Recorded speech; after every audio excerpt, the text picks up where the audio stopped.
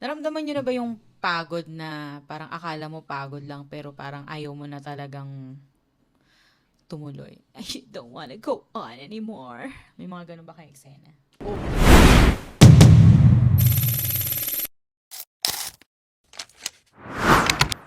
Naramdaman niyo na ba yung pagod na parang akala mo pagod lang pero parang ayaw mo na talagang tumuloy? I don't wanna go on anymore. May mga ganun ba kayong eksena? Oo naman, lalo nung nagsisimula. Na, oh shit, rejection na naman. Baga nireject ka na sa umaga, tapos may call ka sa hapon, nireject ka na naman. May sa'yo no ulit ano? Is it me? Am I the drama? Parang iba yung reference natin. Yung reference ko pang drag, RPDR. Anyway, ayun na nga. So, welcome to episode 8 of The Gig Podcast. So, ang pag-uusapan natin ngayon, pagod ka lang ba talaga o burnout na yan? Welcome. My name is H. And I'm Andre. And your number one, Densho. Lagi siyang number one.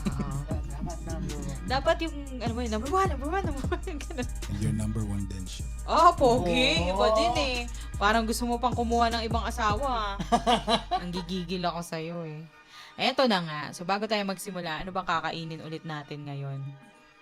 A remembrance of your childhood. So, ano ba yung yung kinakain mo, yung baon mo pag recess, mga ganun. Nakakainis tong si Dre kasi napaghahalata, una, na rich kid siya. Pangalawa, mas bata siya sa atin.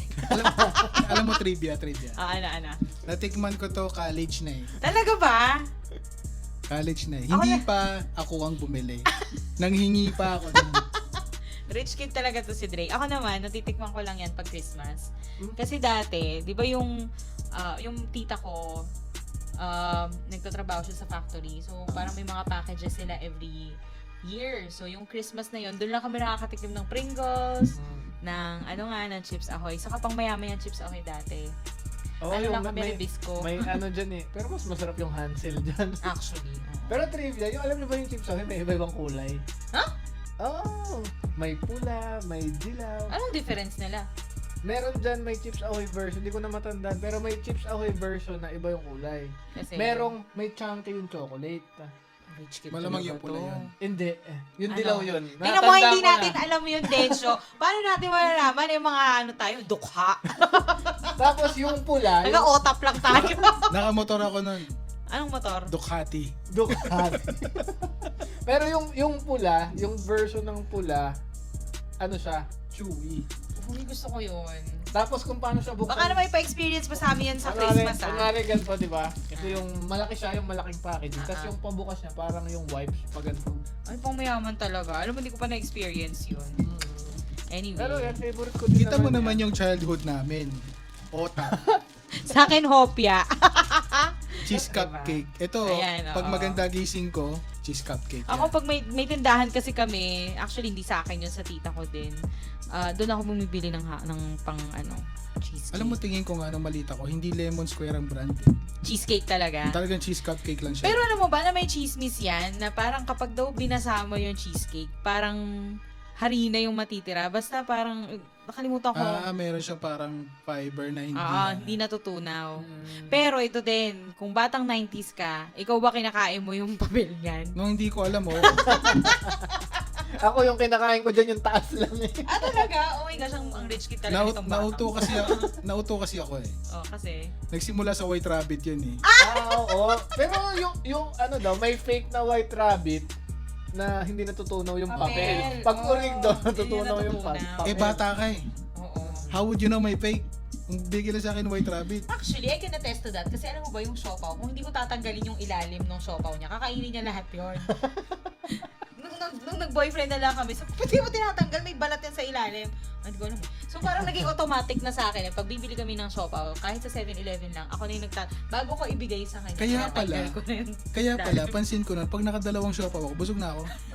May May kasama additional palang fiber. papel. Ayan, sige. So, yan. So, kay Dre ay, ano naman yung kwento ng Chips Ahoy. Tapos anong kwento ng Crostini? Ito, kasi ako dati, sa private school, grade 1 rich kid to 3. talaga. Saan ka nag-school? Pwede mo, hindi naman sa pagmamayabang kasi hindi ko naman kasalanan yun. Nandun ako in-enroll ng magulang. Anay mo na may kasalanan. Lasal ako, Lasal. Nice. Pero hindi Green Hills. Dito ako, mga pioneering students kami ng Lasal Antipolo. St. Benilde ba yun? San Hindi Benito? pa siya, wala pang San Benil. Lasal School Antipolo. Lasal School, Pero okay. naging college na, tapos yung naging St. Benilde na yung college, then Lasal yung tawag doon, BE, yung Basic Education Unit. Kita mo? Tas, kasi to, favorite ko kasi Crostini. Favorite ko to na baon dati. Kasi? Na recess. Kasi yung Croissant. Croissant. Ngayon, croissant pa na. So, Croissini pala So, yun. syempre dati hindi ko naman alam yung Starbucks, the French Baker. Dami, yung College ko na natikman yun. sa Santa Lucia dati, the French Baker. Syempre naka-tray, tapos kukulang ganun, yung matatandang madaming alahas. Kukulang ganun. Nakita ko to. Sabi ko, ay, kapareho nung kinukuha nung Oo.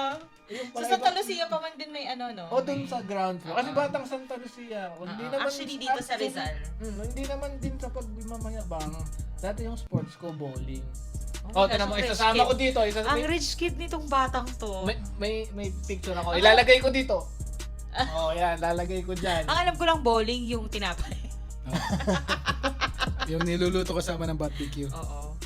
Pero sa totoo lang, alam mo, kung ako tatanungin, kung yung childhood snack ko talaga, si nanay kasi masipag siyang magkukuting-ting. Alam mo yung masipag siyang mag-prepare. So, sa bahay namin, 6 na beses talaga kami kumain. Ang takaw talaga. 6 na beses kami kumain. So, may breakfast kami ng around 7 a.m. May merienda kami ng 10 a.m. Tapos may lunch kami ng 12. Tapos may 3 p.m. kami na snacks. Meron kaming dinner ng 7. Tapos may 11 p.m. snacks pa kami. So, parang 6-7 beses kami kumain. So meron kayong Intermittent. Eating. Oo, kaya matakaw talaga ako. Tapos si nanay, ang gustong-gusto kong minimerienda namin, alam mo yung, kasi malapit na bakery. So, monay, tapos ang gagawin niya, lalagay niya ng margarine, tapos ito-toast niya, tapos lalagay niya ng asukal sa ibabaw. Masarap. Ensimada yan. Masarap Hindi yun yan. ensimada. Tinapay lang talaga siya na literal. Homemade din As sa imada siya. in. Parang gano'n. Basta ganun, pag nagto-toast siya, lagi may butter yun. Kaya ako, yung anak ko ngayon, Laging butter toast. So, ang gagawin niya, i-air fry niya yung tinapay, yung gardenia, tapos lalagyan niya ng butter. Ay, masarap. Ako din, favorite ko yung almusal. Yung Diba? butter Napakasimple toast. lang. Ang pag may pera kami ng panahon ng kabataan namin, as in mga mga elementary days sa Malabon. Ang merienda namin, pupunta kami doon kay Aling Seni. Meron siyang Pansit tinapay. Malabon, wala ba? Hindi, yung pansit Malabon hindi pinapansin masyado yun doon. Talaga? Kasi local Omo na siya. nila yun. Pero nagluluto siya ng giniling, tapos meron siyang masarap na tinapay. Ipagpapalaman kanya ng giniling, tapos sago. Uupo lang kami doon, kain kang tinapay, tapos may isang baso ng sago. So, kaya favorite mo yun? Pero hindi ko na natikman uli yung ganong klase ng luto. Kasi Malabon siya lumaki. Iba talaga yon. Ayun na nga. So, actually, yung natin, pati yung kape natin ngayon ay sponsored. Galing Vietnam. So, shout out kay Ate Dayan, saka kay Kuya Jake. Salamat sa kape. So, yung sa inyo is yung G7 na black coffee. Sarap. Sarap. Tapos sa akin yung coconut coffee. Meron pa ako Cappuccino. niyan. Sige, Bango. dala ko next time. Para siyang may, alam mo yung kape na ang creamer mo gata. Ganda. Bango-bango niya. Kape suwa. Mga ganun yung mga nakalagay doon sa bit. Kape suwa. So, nakakatuwang balikan yung childhood natin, Kasi parang parang magbata ka, wala ka talagang problema. Pero ngayon tumanda ka na, parang lahat pinoproblema. Kabilaan ng problema. Oo. Kabila. And sometimes it's so hard for us to determine whether or not we're still okay. Parang sa sobrang taas ng cortisol at sobrang sanay natin sa problema, sa mga challenges ng buhay. So may lesson din pala sa K-drama. Ano yun? Sabi kasi sa K-drama, it's okay. Ano yun? It's okay not to be okay. Di ba, K-drama, pinapapanood mo sa akin yun eh. Drama ba yun? O, di ba si Pat Pat? Sino si Joshua Pat Pat? Garcia? Eh kasi Tagalog yung pinapanood mo sa amin yung original. Original yun, Si K-drama. Ann Cortez. Ah. Ang ingay ano, sorry naman sa mic, pero yan, kakain na kami. Siyempre mas masarap magchismisan kapag nanginginain. Parang kumbaga kanina, nakailang ano na tayo, Kato dessert na tayo. recess naman to. Oo.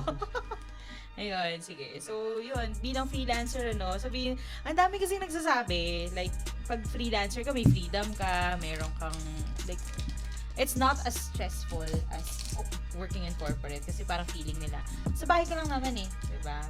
Pero ang hindi nila alam, mas malala, kasi yung corporate, pwede kang umuwi, tapos pag uwi mo, tapos na yung trabaho mo. Pero sa atin, bilang nasa bahay ka, hindi mo, parang somehow nabablur na yung lines between work and as in work from home at yung work at home na literal na gawaing bahay.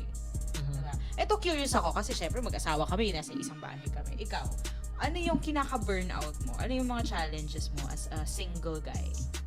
As working from home. Mm-mm. Sa akin, kasi, di ba, I'm in the creatives, I'm a graphic designer.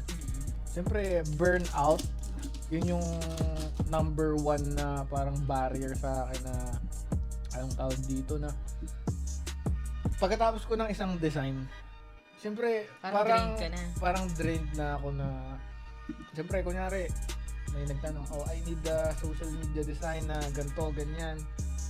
Siyempre, hindi naman na pagkasabi ng brief, gagawin ko na agad. Siyempre, pag-iisipan ko, gusto ko yung may message na may element na may makaka-relate na hindi ko naman na intentional pero hindi siya yung hero ng design. Sarap ng kape. Kunwari, for example, may design na ang gusto naming message is na-appreciate ng business yung mga staff. So maglagay ako doon ng picture as background pero low opacity na naka-overlay yung color ng brand na hindi ang inaano ko na ano. Siyempre yun yung hierarchy ko pero nasa baba may headline, may supporting copy. May question ako, Dre. Ang dami kasi nagsasabi na parang ang graphic design, ang hirap niyang sabihin na parang gawing premium. Ano ba talaga yung importance ng graphic design for businesses? Ano yung impact niya? It's about, hindi lang naman kasi yan sa ganda nga ng design. Okay, creative ka. Pero, yung iba, hindi naman sa pag-ano kasi yung mga artist, mahirap ding maintindihan kung paano mag-isip. So, you have to balance it. Depende kung ano yung gustong message mo na iparating. Nakakatulong ba talaga siya sa benta? Ay, oo naman, syempre. Depende yan sa pag-iisip kasi it's not about only graphic design. It's a teamwork. Kaya merong marketing team, may sales to and copywriter, then the designer. Yun yung good thing na mangyayari sa business kasi nga like multiple heads is better than one head. Kasi in terms of design naman, nasa execution niya, hindi naman ibibigay sa'yo ng sales, ng head ng sales, ng head ng copywriting, kung ano yung i-design mo. It's up to you, they will give you the brief, pero nasa iyo pa rin yung kung paano mo i-process, kung paano mo execute yung magiging design. Actually, meron yung recent na trend na nakita ko ito online. Bruno Mars? Hindi yung parang our graphic design was on leave. Oh, kumbaga Ano bang saan ba nagsimula take yun? ko ba yun? Oo.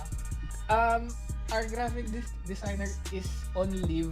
They need a part-time graphic designer. Parang ganun, di ba? Tapos yung naka-paint lang. Yung mga parang doodles lang. Kasi nga, it catches attention of a graphic designer. Kumbaga, the graphic designer, may inis ka eh. Like, what the fuck? Parang, ano ba namang design to? Kasi ganun nga eh, madaming reels and content ng graphic designer na pupunta sa mall, i-criticize or hindi man parang ganun, i-observe nila na, ay yung font nito, ganito. Ay, ba't ganito yung design? Ay, yung font pairing, ang pangit. Di ba? Ganyan si Desho. Di ba? Yung in-okring niya yung mga nakikita mo mga banner sa Like, there's an billboard ad sa EDSA ata yun, yung kay Vice Ganda na criticize ng mga graphic designers sa group sa Facebook na ang ginamit na font daw, napaka-generic, Times New Roman, Arial Round, mga ganon. Kasi, kung made-deliver naman ng maayos, wala namang problema doon.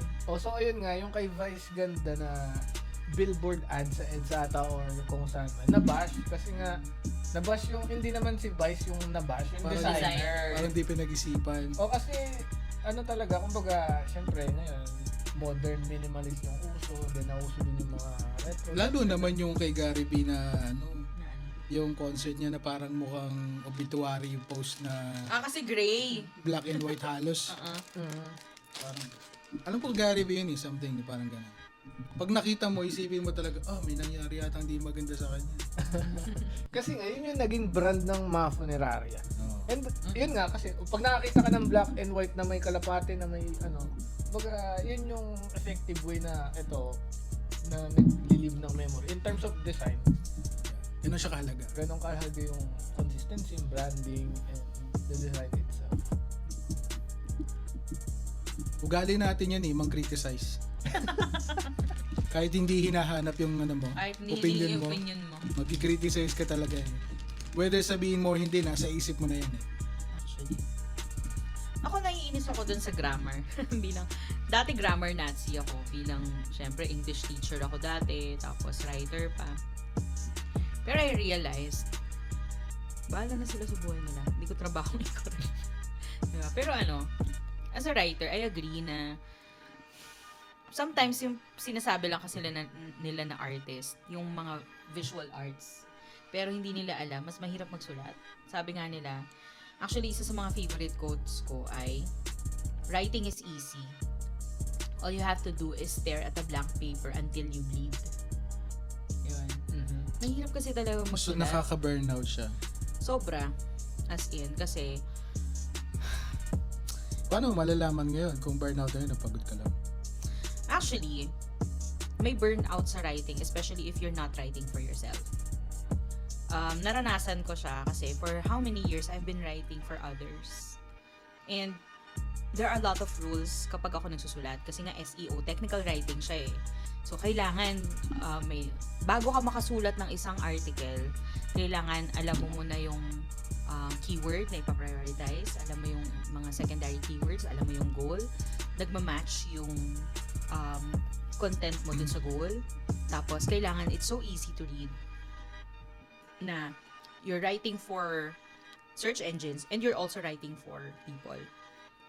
Yung rules pa lang na yun, ang hirap niya kasi basically you're not writing for the purpose of writing. Ang dami niyang kailangang i-hit. Tapos, idadagdag mo pa yung expertise mo dun sa subject na sinusulat mo. Kaya nga, yung writing is so reflective. Bakit? Kasi it reflects kung ano yung nasa isip mo.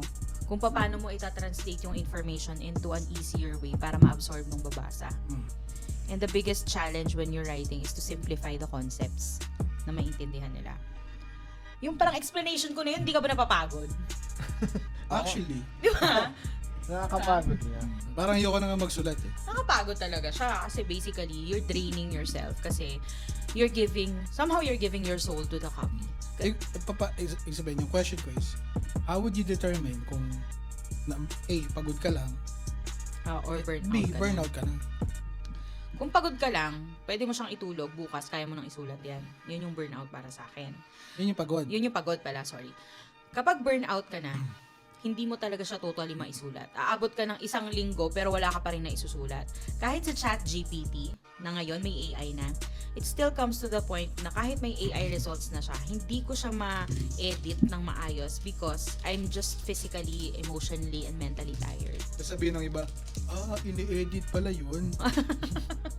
Yeah, ine-edit yun. And it's so difficult, especially when you're in the creative scene, because your output is basically your art. Diba? And I think we can all agree na there will come a time na nauumay ka na talaga sa ginagawa mo. That's why you want to try something new. That's why we're here. Ay, sorry. That's why we're here. Kaya nga tayo nagpa-podcast kasi we want something new. Yeah.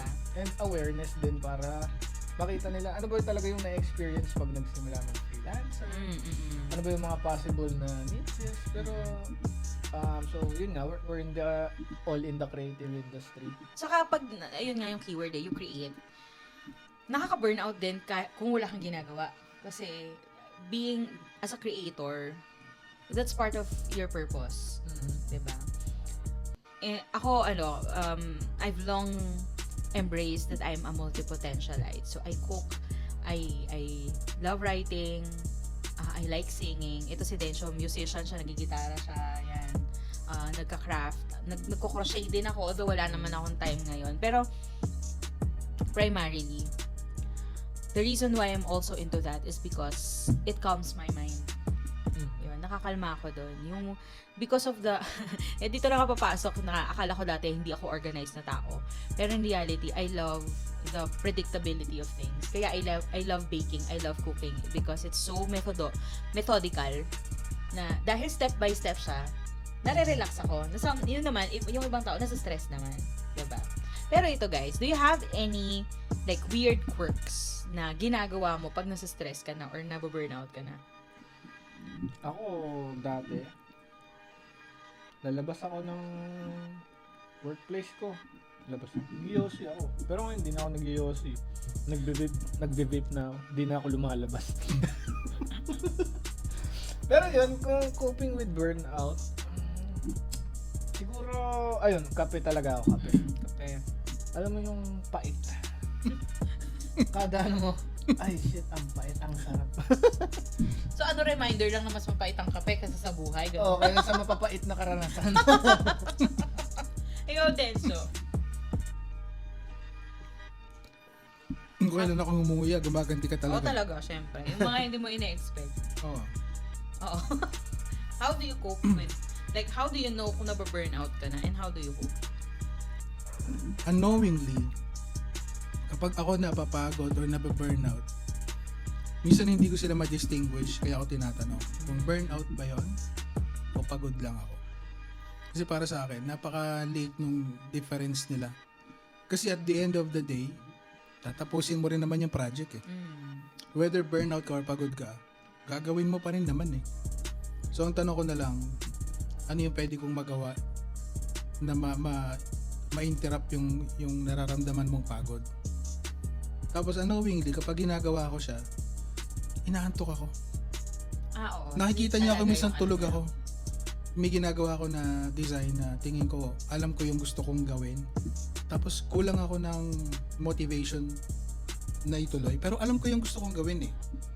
Pero once ginagawa ko na siya, yung mata ko, sabi ko sa sarili ko, hindi tayo mananalo, malitang kita. Wala na talaga. So yun, kapag ganon, binibigay ko na yun, banda pa ako, natutulog ako. Tapos pagising ko, medyo nabawasan. Ganun pa rin. Medyo nabawasan. Tatry ko umupo ulit. Ang ending naman, kapag gumana yung isip ko, I don't care kung umabot ako ng madaling araw. Kasi nagsisimula nang tumakbo yung imagination ko. Yun naman yung kapalit na parang na iba yung cycle eh. Kasi may kailangan akong tapusin. Ang hirap maging creative eh. Nababaliw ka eh. Alam mo yung... Hindi, pag creative, baliw na talaga yun. May Actually. ad-cap na talaga. Oo. Agkap talaga. Siguro yung agkap na yan, dulo nun agkap eh. Quotable quote ka na naman. Ang pait eh. Ako, this is, I don't know kung saan galing tong habit na to. Pero pag nababurnout ako, pag meron ako writer's block, alam mo ginagawa ko? Dilinis ako ng CR. Ako naman, yung ugali ko, uupo ako sa bowl. Talaga? Oo, tas doon ako mag-cellphone, doon ako magpipinterest. Yun. Ako naglilinis ako. Ewan ko, siguro yung mga writers dito makaka-relate. Pero, yung chaos, kasi, eto ha, siguro parang I'll give you a preview kung paano ako mag-isip. Ang unang, di ba, ang pinakamahirap kasi talaga sa pagsusulat is research. Kasi pag nag-research ka ng isang bagay, lalo na dati, nung walang ChatGPT, pag nasa Google ka or anywhere, magsa-start ka sa what is the definition of this word, mag-e-end ka ng serial killers in Nevada in 1984. O, di ba? Na weird. Labo niya, di ba? So, yun ba yung meta keyword? Kasi yun yung most searched that time. Hindi. Na-launch mo yung sulat na yun. Hindi. Ang point lang nun, magsa-start ka sa isang tamang daan na ito yung within the compounds of your writing. Pero sa sobrang dami ng binabasa mo, may makiklik ka na isang tab na, kunyari, yun, what is the definition of, let's say, ano bang pwedeng, natin, entrepreneurship. Diba? entrepreneurship yung start. So, maghahanap ka ng mga anything related sa entrepreneurship. Tapos, mapupunta ka sa, the top 50 entrepreneurs. From the top 50 entrepreneurs, top 50 entrepreneurs of all time. Tapos si John Wayne Gacy. Si John Wayne Gacy is a business owner, pero serial killer siya. Pag-click mo kay John Wayne Gacy, did you know that he had 15 bodies of young men under his floorboards when it was discovered in his house? So, ganon siya. Ganon yung... I don't know kung... Rabbit hole na siya. Rabbit hole na talaga siya. Kaya it's so difficult kasi parang yung decision fatigue ng okay, ano yung isasama ko dito sa content na to for it to make sense to the reader. Kasi talagang pupunta ka dun sa mga ganun eh. Meron talagang Somehow, Nako-conscious. ano siya, gusto mo kasi yung ginagawa mo eh. Yes. 'Di ba? So Agree. ma-burnout ka, mapagod ka. Somehow nai-enjoy mo siya. Nasusobrahan ka lang, na-overstimulate ka lang. Pero gusto mo yung ginagawa mo. Kaya nga parang kaya gustong-gusto ko naglilinis ng CR kasi una, parang habang kinukuskus ko yung mga dumi ng CR ko, nare-relax ako kasi yung physical labor, nakakapagod siya. So, parang nakiklear yung utak ko. Yung excess energy na kailangan kong i-redirect, napupunta siya dun sa physical motion, tapos yung repetitive action. Tapos nare-relax ako. So, kapag na-relax na ako, uupo na ako, tapos saka ako na siya maisusulat. So, yun yung hirap ng walang ChatGPT dati. Kasi kailangan talaga lahat manual. Tapos, dahil sa dami nga ng mga... Kasi isipin mo yung mga niche ko, ha? Nagsulat ako about... ang mga unang projects ko were about shoes. Okay, so kailangan ko mag-research ng shoes.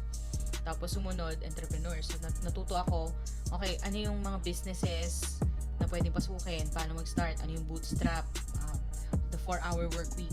Lahat yan, as in, from books to self-help, to learning how to build a website, paano yung social media, lahat inaral ko yan. Because it was part of my job.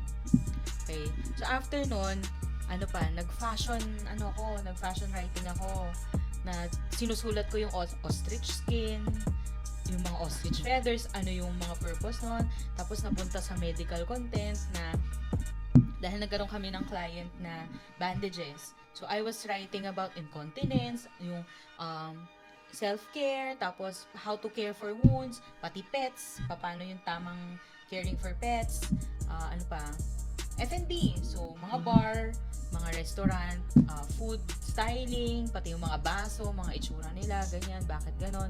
Tapos nagsulat din ako about tractors, mga construction, cryptocurrency, finance, mga ano pa ba? Ang dami, as in, ang dami kong pinagsusulat. Kaya, kung babalikan ko, ang dami ko talagang mga untapped and stored information. Kaya ang dami ko din trivia. Yun siya. And I think that's part of the excitement of being a writer kasi you get to learn a lot. Tapos talagang sabi ko nga sa'yo, lahat ng conversation, meron ako may dadagdag. And sometimes, it's also nakakapagod siya in a sense because when it comes to relationship, ang swerte ko nga kasi yung asawa ko, kaya ko siyang kausapin na kahit anong bagay.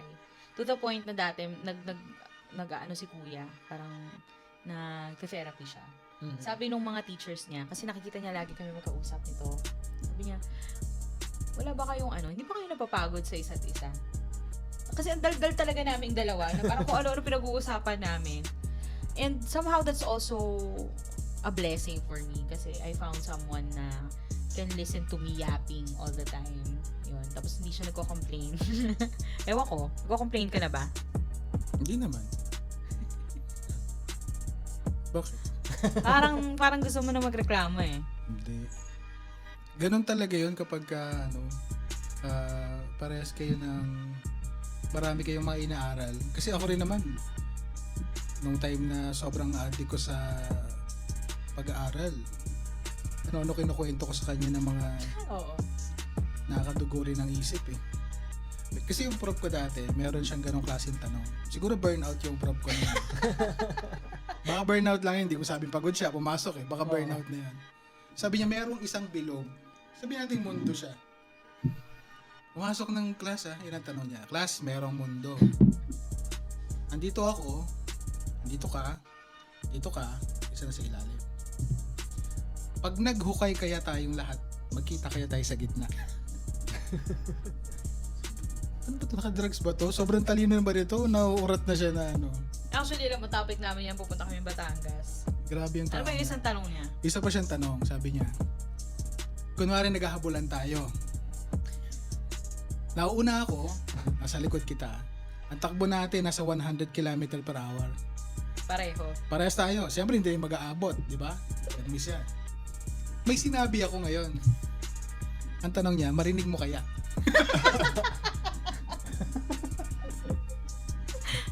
Sabi ko nung nasa biyahe kami, nung una, nagdidiba-dibati pa kami ng mga kaklase. Siguro maririnig kasi magkasunod lang kayo eh.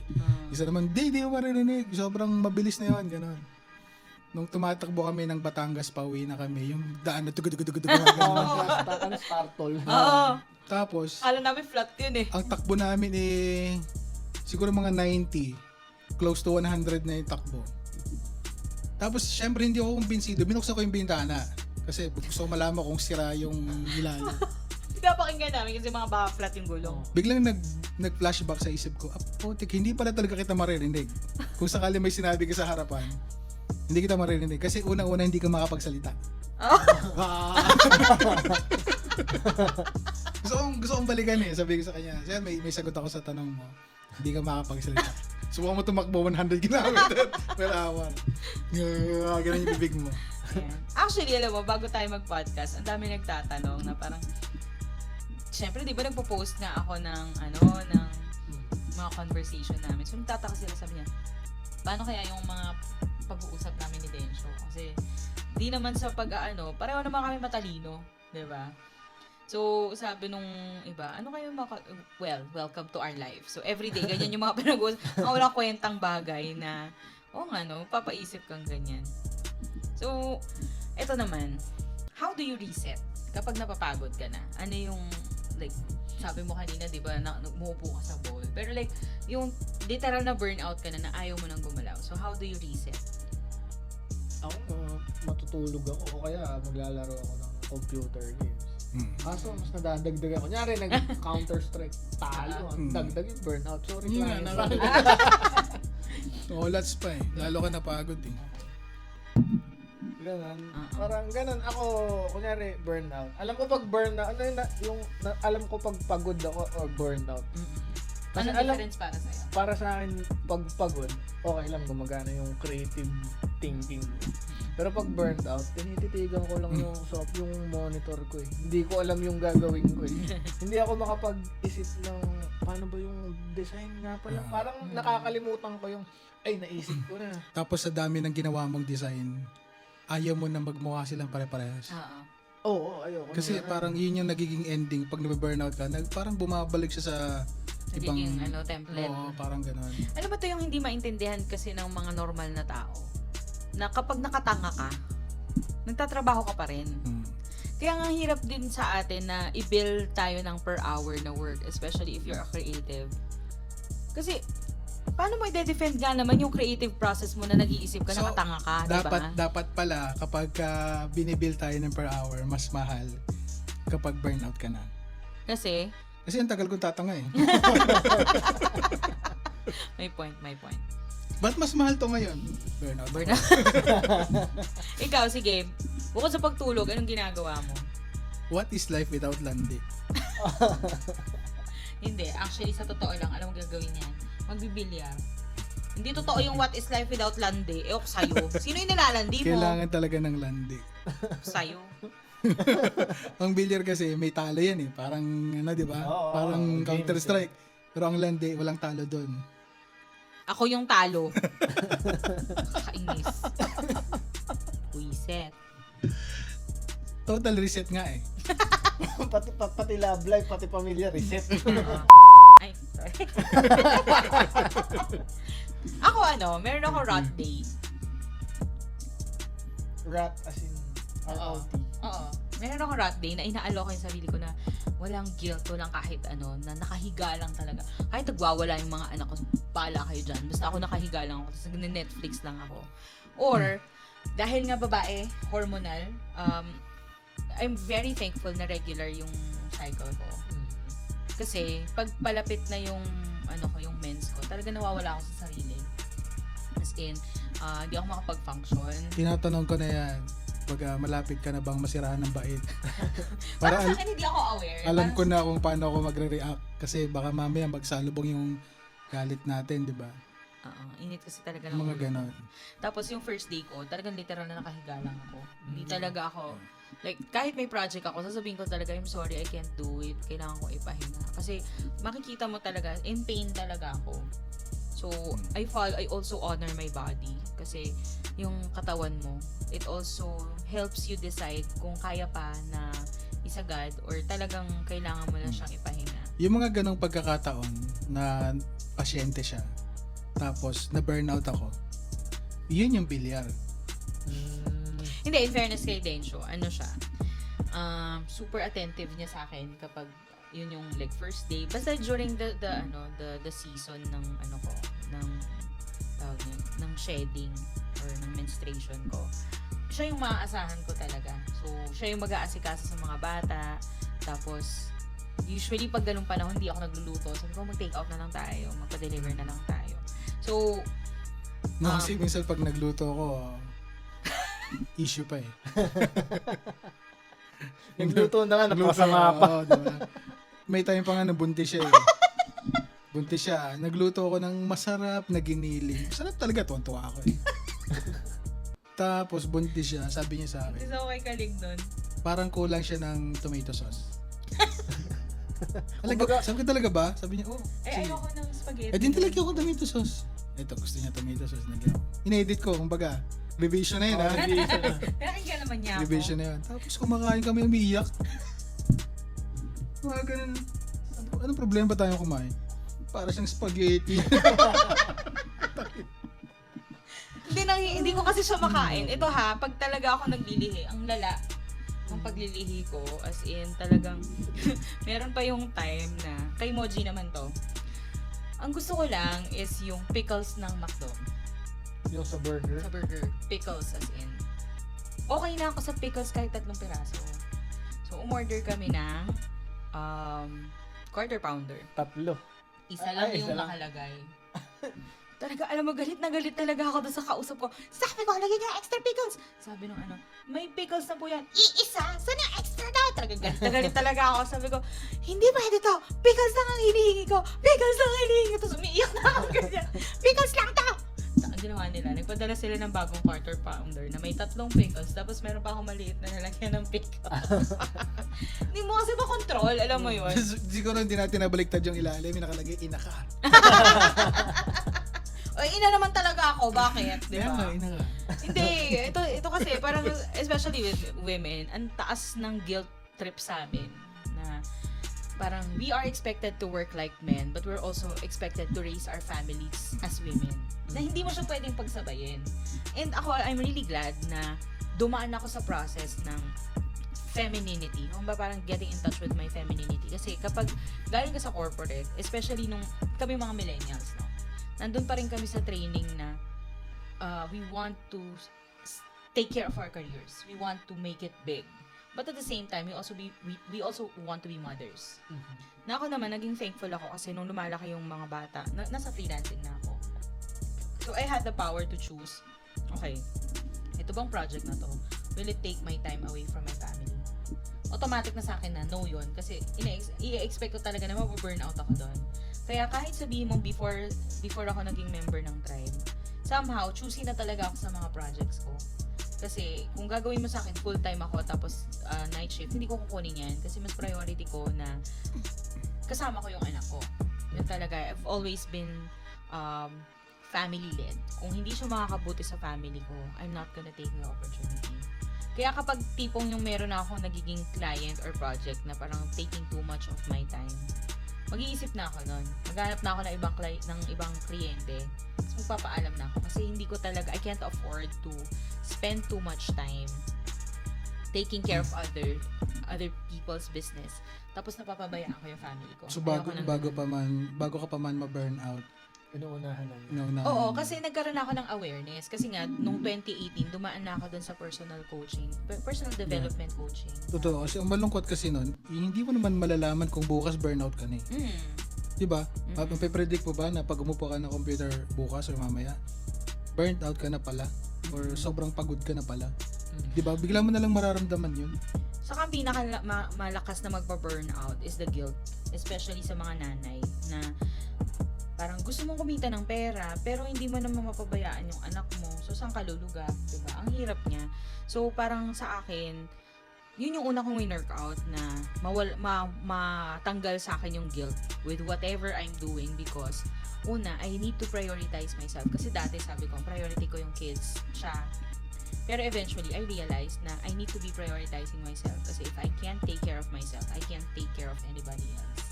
Kaya, lagi ako nasasabihan na hindi ako mukhang 40. It's because I love myself first. Hindi dahil sa kanya, dahil lagi niya akong pinapatawa. Akala Yun yung ko sabi kasi- niya kanina umaga, yun yung sinasabi That's what I niya. thought. Kasi, I'm doing a good job. sinabi sa kanya, mga 20, zip ko. Dahil sa akin yun. Hindi, sa totoo, yeah, I would admit. Okay na. Wisit eh. Hindi, I would admit that if I had other, like, kung kunyari, kung ibang yung napang-asawa ko, malamang hindi ganito itsura ko.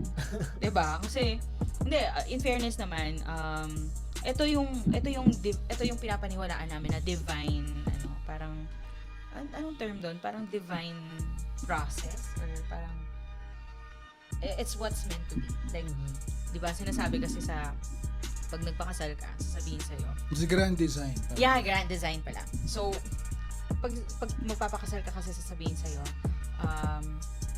babae, magpasakop ka sa lalaki. Diba? Paano ka magpapasakop kung hindi naman provider mentality yung lalaki tapos ikaw yung magpo-provide? Diba? So, sa amin naman, it's always been him as the provider. So, ako, kahit mukha akong maldita, well, maldita naman talaga ako. I mean, mukha akong strong, independent woman. Kaya ako nagkakaganon kasi alam ko na he's gonna have my back. Kaya yung sinasabi ko na pareho kaming alpha. And ano yung sabi mo, bakit mo ako pinakasalan? Kaya kita pinakasalan kasi pakiramdam ko, nakikita ko, pag dumating yung time na sobrang tagilid lahat or dumating yung time na mawala ako sa mundo, kaya niya yung mga anak namin, kaya niyang dalhin kahit wala ako. Kasi hindi mo masasabi na lagi kang nandyan eh. Diba? Paano kung dumating yung time na sabi sa akin ni God, halika na, sobrang bait mo. Di ba? Sabihin ko ba, hindi pa po pwede. Hindi pa pwedeng gano'n, di ba? Pag dumating yun, syempre, at least, alam ko, meron akong ibinigay sa mga anak namin na Sold na general. kaya niya Pero parang, babalikan ko, tinitingnan ko yung mga anak natin, parang feeling ko di ko kaya. Diba? Kasalanan niya yun kasi siya ito yung mga Ayun. Anyway. So ito balik tayo doon sa topic natin. Kung sakali na, ito naisip ko lang to kamakailan, kapag nararamdaman mo na, kasi meron akong gustong gawin din na design lately, kinanto ko nga kayo doon. Tapos nahihirapan akong execute, pero malinaw sa isip ko kung ano yung gagawin ko. Nahihirapan lang akong execute. Alam ko yun, may halong burnout yun. May halong pagod yun. Siguro ang pinaka-solution doon, tumayo ka talaga, humawa ka ng ibang hobby mo. Totoo. Wala nang ibang doon. Tapos kahit sabihin mo na maganda na yung design mo sa tingin mo, huwag mo muna siyang ipasa kasi baka mamaya may halong burnout yun. Give it at least 24 hours. Balikan mo talaga siya, may makikita kang kakaiba na dapat mong i-adjust. Ganyan din ako sa writing. Di ba? Ganun talaga eh. Paano pag magastos yung hobby mo? Ito magastos yung hobby nito. Kapag firing, pagputok mo, pang, 20. Saglit lang yung burnout mo. Literal na ba nababurnout pati yung Pagkatapos bulsa mo, mo? burnout ka pala. Burnout ka pa rin. Burn yung bulsa mo doon. Sunog talaga. Ayan. So, ito na nga. Well, we already talked about like the importance of rest and reset. What can you say about, like for example, sa mga graphic designers or other artists na tinatry nilang i-deny? What would your advice be for them? Ay naku, take a break talaga. Should rest and take a break. Kasi nga, hindi yan for the sake na may maipasa ka lang. Pero siguro, depende sa kliyente na baka yung kliyente nila, drago na. Ay, dapat ganito, deadline. Pero if you're burnt out talaga and pagod, you'll not be that creative. Kumbaga parang, yun yung magkakaroon ka ng limitation of your creativity. Pagod ka and burnt out talaga. Yeah. Ikaw din, Sho. Maggitara ka. Minsan yung other movement na not associated dun sa ginagawa mo. Like yung sa kanya, paglilinis. There's a certain movement na natatanggal yung focus mo sa kinaka-burnoutan mo eh. Minsan it doesn't really take a day para ma-refresh ka. Minsan walang ganon. Minsan after mo lang makatugtog ng mga 4 na sunod na songs na nakapagpagaan ng mood mo, pwede ka nang bumalik eh. Hindi mo kailangan ng sobrang bakasyon. Pero kung may pang bakasyon ka, why not? Diba? Sarap yun. Mag-drive ka, mag-long drive ka, pasyal ka sa mga tropa mo, kwentuhan kayo, mga ganun, okay yun. Ako naman, siguro ang advice ko, nakakatawa to kasi coming from me, mag-exercise ka. Yun talaga. Isa siyang solution sa burnout. Bukod sa it's good for your body, it's also better for your brain. Kasi ako nung nag-exercise kami, doon na-develop yung mental resilience. Na kahit ayaw na ng katawan mo, kailangan mo siyang ituloy. Kasi masakit din naman eh, di ba? So, ituloy mo na lang. At the same time, parang yung the pain distracts your mind. Nagkakaroon ka ng clarity. Di ba? Kaya ako dati hindi ako nag-workout. Pero nung nag-start ako mag-workout, nagustuhan ko siya.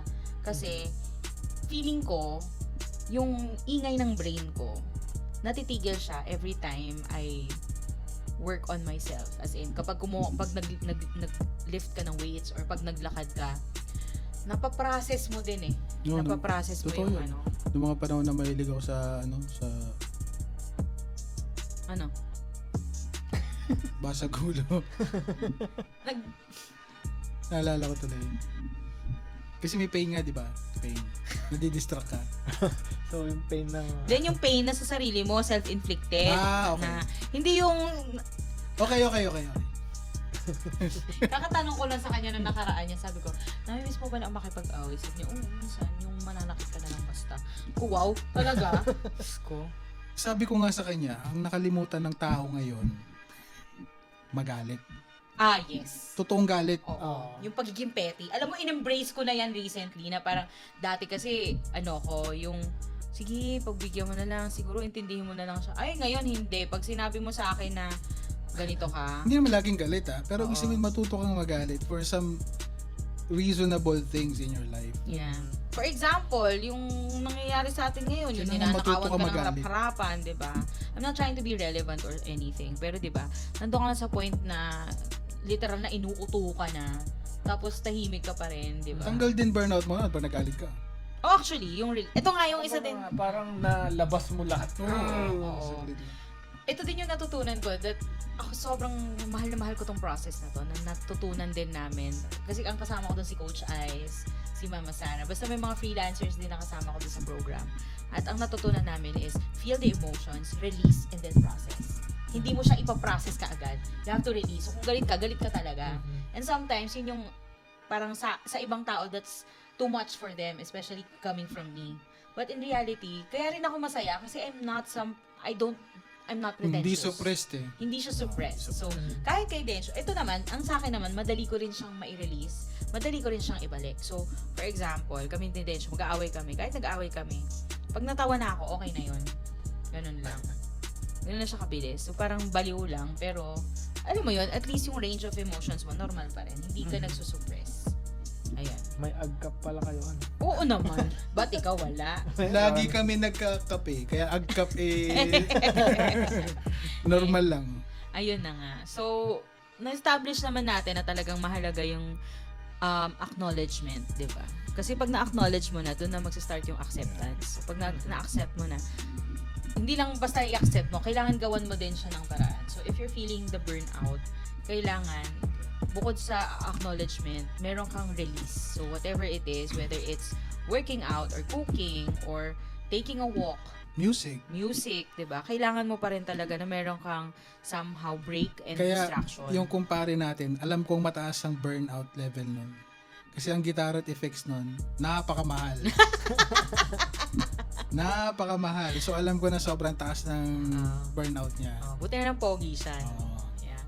Sige, kayo guys, sige. Siguro parang last thing na lang is, what can you say for the, or ano yung pwede niyong advice na ibigay dun sa mga freelancers na parang they're scared to admit they need help or that they need a break?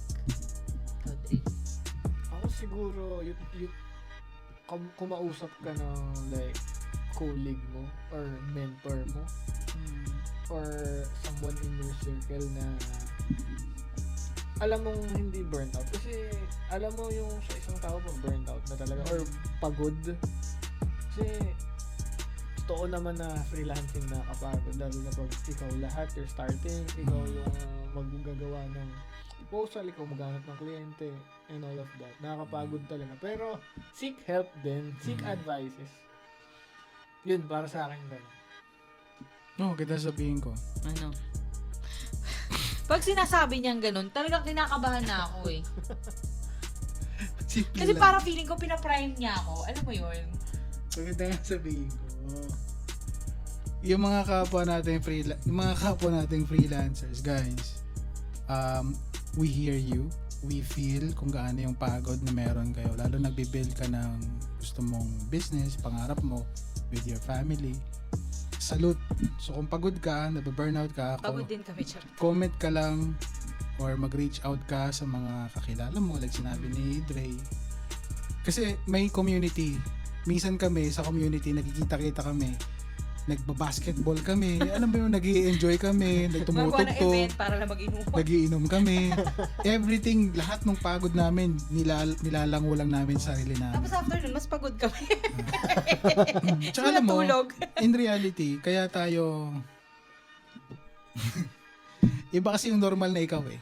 Kung normal na ikaw yun, pabad ka, di ba?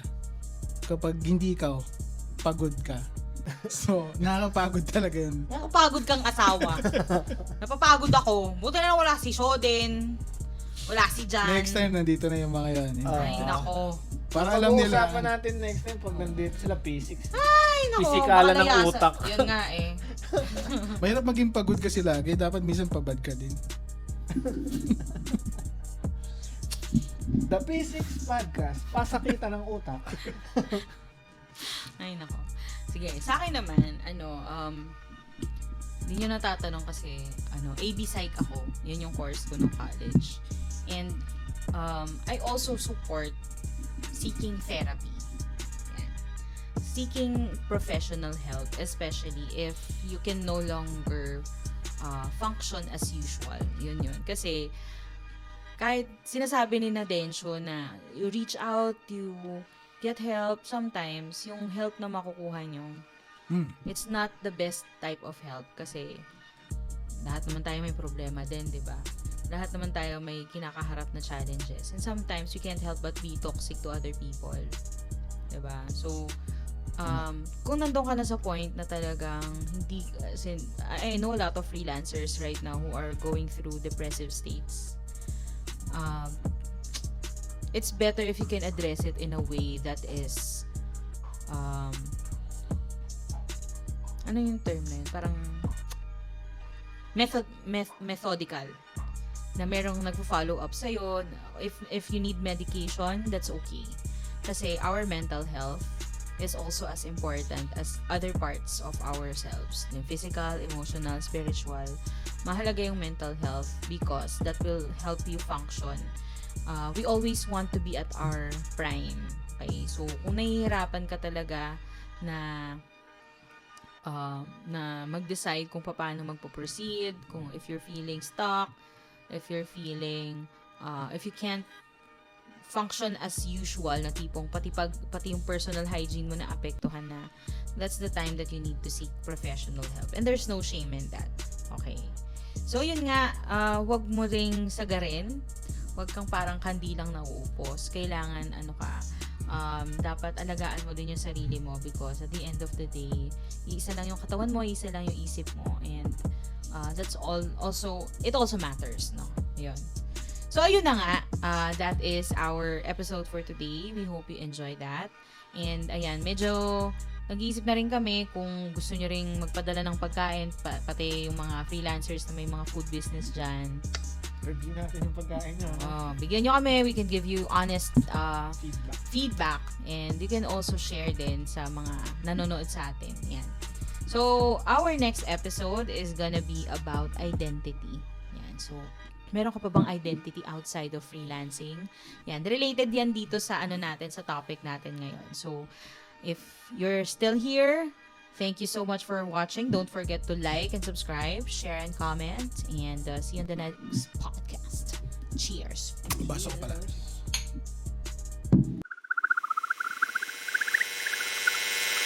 Wow!